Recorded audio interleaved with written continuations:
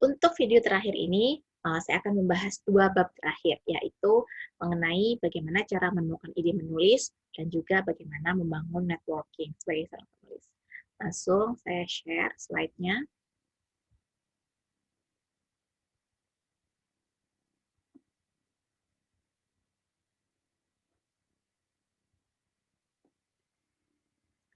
Menemukan ide menulis, ini saya bagi menjadi 2 kolom. Jadi kolom yang kiri yang warnanya pink itu untuk yang fiksi dan yang untuk warna biru, yang kanan ini itu untuk non-fiksi atau content writing. Untuk fiksi tentunya saya menggunakan 2 metode ini untuk brainstorming. Ide sebenarnya bisa diambil dari mana saja ya. Jadi bisa dari film, bisa dari nonton YouTube, dengerin podcast dan lain-lain. Tapi bagaimana cara supaya ide tersebut terolah dengan baik dan struktur di dalam diri kita? Tentunya harus ada struktur. Jadi ide ini sudah ada nih, terus mau digimanain? Itu yang perlu kita pelajari dengan baik. Untuk fiksi, biasanya saya menggali sesuatu dengan cara berpikir anak kecil ya, yaitu bagaimana dan mengapa. Jadi saya selalu membuat pertanyaan seperti itu. Misalnya nih, ketika saya sedang membaca novel atau karya fiksi lainnya, saya akan membuat alternatif untuk plot tertentu. Misalnya saya membaca seorang perempuan yang punya resources yang bagus, dia kaya, dia punya pekerjaan yang bagus, karir yang mentereng, tetapi dia masih jomblo hingga usia misalnya pertengahan 30-an misalnya. Nah, di situ akhirnya saya ketika membaca premis tersebut atau membaca di grupnya, saya mulai berpikir, bagaimana kalau perempuan ini ingin menikah tapi dia punya paham child free. Jadi bagaimana cara dia menemukan pasangan hidup yang punya visi seperti itu dan lain-lain. Jadi walaupun saya membaca sebuah cerita orang lain, ketika membaca uh, sinopsis atau blurb ya, saya akan membayangkan cerita versi saya sendiri. Bagaimana kalau atau ketika saya melihat gosip selebritis dengan warna-warnanya tersendiri. Terus saya mikir bagaimana kalau dia tidak melakukan ini? Apakah dia akan lebih baik? Nah, itu sebenarnya adalah cara supaya otak kita terlatih untuk menulis fiksi. Jadi kita sudah punya premis dan punya calon bibit baru untuk dijadikan menjadi sebuah cerita. Seperti yang saya lakukan ketika menulis Semut Kukila. Jadi waktu itu aturannya dari lokal media yang menyelenggarakan bahwa tokohnya bukan manusia. Jadi saya mulai mencari kira-kira apa yang bisa aku jadikan topik cerita. Nah, ketika melihat ada kumbang yang jatuh di sekitar tempat makan saya, wah, saya langsung ingat, oh kayaknya cocok nih kalau misalnya ini aku jadikan topik cerita. Saya suka fabel, saya suka Winnie the Pooh, maka yang saya angkat misalnya persahabatan di situ. Saya akhirnya belajar bagaimana spesies-spesies kumbang itu seperti apa, kumbang beracun itu bagaimana, lalu warnanya seperti apa. Saya jadikan dengan saya kasih unsur supaya ada unsur komunikasinya, karena ini kan fabel. Kayak gitu. Bagaimana kalau kumbang itu bersama dengan manusia? Bagaimana kalau kumbang itu memahami bahasa manusia? Saya membuat brainstorming seperti itu. Lalu berikutnya adalah mengapa. Ini biasanya saya buat untuk memahami karakter fiksi. Jadi misalnya saya membuat karakter A dengan karakter seperti ini, watak seperti ini, dan dia merespon sesuatu seperti ini. Saya akan tanyakan kembali, mengapa si A itu harus menjadi seorang jahat? Mengapa si A ini harus memiliki trust issue yang buruk? Mengapa dia harus menjadi seorang tukang bully?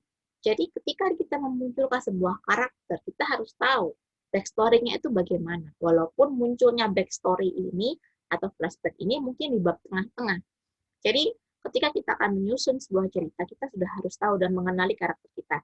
Tidak harus karakter kita itu detil, tingginya 160 cm, berat badannya bagaimana. Oke, if you want to write it down.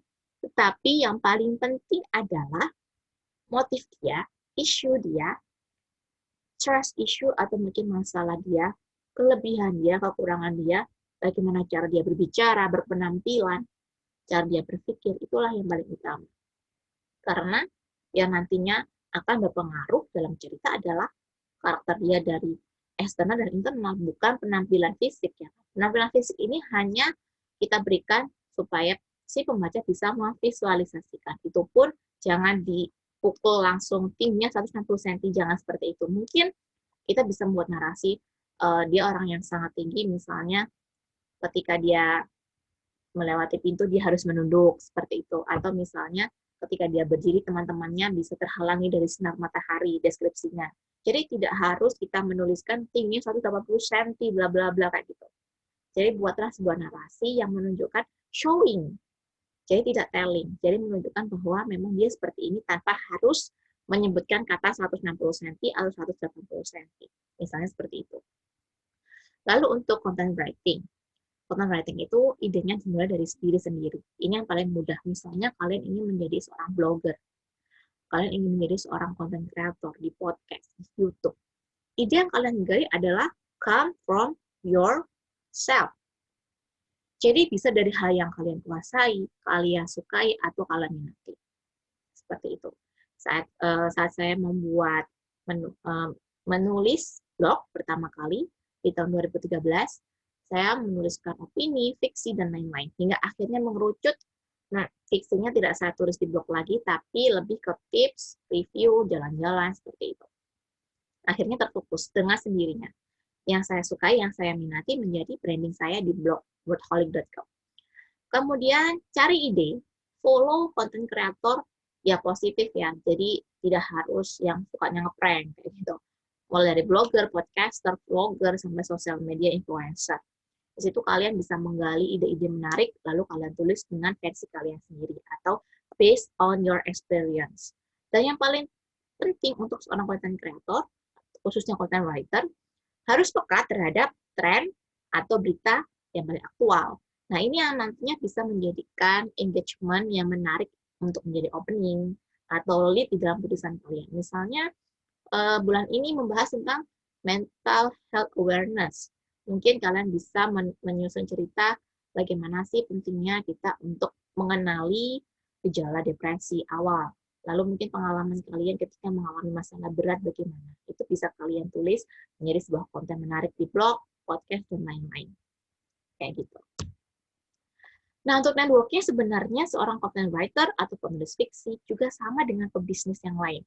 Kalian harus mulai follow rekan sesama penulis, bergabung di komunitas kepenulisan, dan juga akun penerbit. Di sini nanti kalian akan mendapatkan ilmu selain jejaring ya. Jadi kalian bisa mendapatkan ilmu tentang teknik, tips, dan pastinya ketika ada kompetisi kalian bisa ikut di situ. Tidak pelit sesekali memberikan like, comment, share, dan konten dari teman-teman sesama penulis yang kalian jadikan atau kalian tambahkan pertemanan. Jadi jangan pelit. Kalau memang konten itu menarik, masih like dan komen lah kan. Ini juga nantinya akan membuat kalian saling mengenal. Ini akan membangun kedekatan antar sesama teman penulis. Lalu ketika berada di sebuah komunitas menulis, jangan hanya selalu silent reader. Sesekali mungkin muncul untuk memberikan pendapat, respons, bertanya, dan lain-lain. Agar presence kalian itu dikenal oleh teman-teman yang lain. Dan ikuti tantangan menulis dari akun-akun penerbit. Saya menerbitkan sampai 15 buku, itu beberapa memang ada terbit indie berbayar, tetapi sebagian besar, hampir 80% karya saya itu terbit karena voucher terbit gratis, atau menang lomba, atau misalnya lolos seleksi di penerbit mayor, dan lain-lain. Jadi bisa dibilang dengan ikut tantangan menulis, itu memang bisa membuat karya kita diterbitkan, minimal menjadi kontributor antologi. Tapi yang paling penting sebenarnya mindset yang harus kita lakukan adalah sebelum menang sesuatu, ketika kita mengikuti tantangan, adalah supaya kita terlatih untuk menulis dengan deadline. Memaksa kita untuk menyelesaikan sebuah naskah. Dan akhirnya ketika kita ikut sering lomba, kita sering ikut share kalau kita join lomba ini, lomba itu, lolos antologi, nama kita akan mulai dikenal oleh orang lain. Oh ternyata si kakak A ini suka nulis ya, dia punya buku antologi ini. Seperti itu. Jadi networking itu memang sifatnya tidak harus bernilai uang, tetapi kita mengenalkan diri kita dalam jaringan itu. Nah, Wordholic Class sendiri juga dibangun dari hal-hal seperti itu. Jadi saya sering memberikan tips-tips lewat blog, lalu akhirnya mulai dikenal sebagai seorang mentor lewat kelas-kelas gratis yang saya selenggarakan. Ketika Workaholic Class dibuat, akhirnya menarik beberapa murid hingga akhirnya berjalan hingga sekarang di tahun 2021. Seperti itu, jadi networking itu berjalan tulus. Kita juga harus memberikan benefit buat orang lain. Kita juga sesekali tidak boleh pelit untuk like, komen, dan lain-lain untuk membangun komunikasi dengan sesama teman, dan juga berikanlah manfaat buat orang lain lewat apa yang kita bagikan.